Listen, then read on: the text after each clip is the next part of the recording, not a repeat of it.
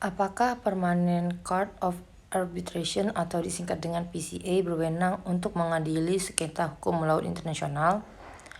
Menurut saya berwenang, karena Permanent Court of Arbitration atau disingkat dengan PCA memiliki kewenangan untuk mengadili sengketa hukum laut internasional. PCA didirikan pada tahun 1899 untuk menyelesaikan sengketa antar negara melalui arbitrase.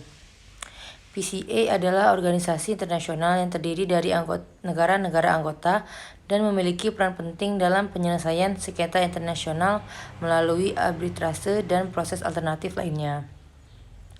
Hukum laut internasional adalah salah satu bidang di mana PCA dapat memainkan peran penting dalam penyelesaian sengketa. PCA telah menangani banyak kasus hukum laut internasional yang meliputi sengketa teritorial, klaim maritim, kebebasan navigasi, lingkungan laut, dan sebagainya. Pada dasarnya, jika negara-negara yang terlibat dalam sengketa setuju untuk mengajukan kasus mereka ke PCA, maka PCA memiliki kewenangan untuk memutuskan sengketa tersebut melalui arbitrase atau proses alternatif lainnya. Mahkamah Arbitrase Internasional atau Permanent Court of Arbitration atau disingkat dengan PCA adalah sebuah organisasi internasional yang berbasis di The Hague, Belanda. Organisasi ini didirikan pada tahun 1899. Pada awalnya merupakan konvensi perdamaian Dan Haag. Konferensi tersebut diprakarsai oleh Tsar Nicholas II dari Rusia dengan tujuan untuk mencari cara yang paling objektif untuk memastikan semua orang mendapatkan manfaat dari perdamaian yang nyata. Dan yang terpenting membatasi pengembangan progresif persenjataan yang ada pada masa itu. Mahkamah Arbitrase Internasional ini merupakan organisasi permanen antarbangsa pertama yang menyediakan sebuah forum untuk menyelesaikan sengketa internasional melalui arbitrase dan cara-cara damai lainnya. PCA mendorong penyelesaian sengketa yang melibatkan negara, badan negara, organisasi antar pemerintah, dan pihak swasta dengan membantu dalam pembentukan arbitrase, pengadilan, dan memfasilitasi urusan hukum-hukum internasional. Dikenal beberapa sumber hukum yang dapat dirujuk, yakni ada di dalam pasal 38 ayat 1, Statuta Mahkamah Internasional, hukum internasional sebagai pedoman global dalam mengatur tingkah laku dan perbuatan negara-negara, organisasi internasional, dan sejenisnya. Secara tegas menyadarkan dirinya pada sumber hukum internasional. Sumber hukum internasional dapat didefinisikan sebagai bahan-bahan aktual yang digunakan para ahli hukum internasional untuk menetapkan suatu hukum yang berlaku pada peristiwa atau kejadian tertentu.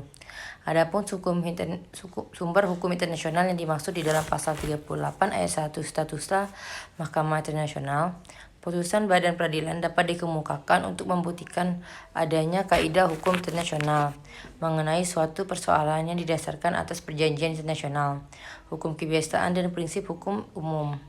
Putusan badan-badan peradilan mencakup seluruh putusan badan peradilan, jadi tidak hanya sebatas pada putusan-putusan badan peradilan internasional saja, seperti putusan Mahkamah Internasional, putusan badan-badan arbitrase internasional, maupun putusan Mahkamah Hak Asasi Manusia, dan putusan badan-badan peradilan internasional yang lainnya.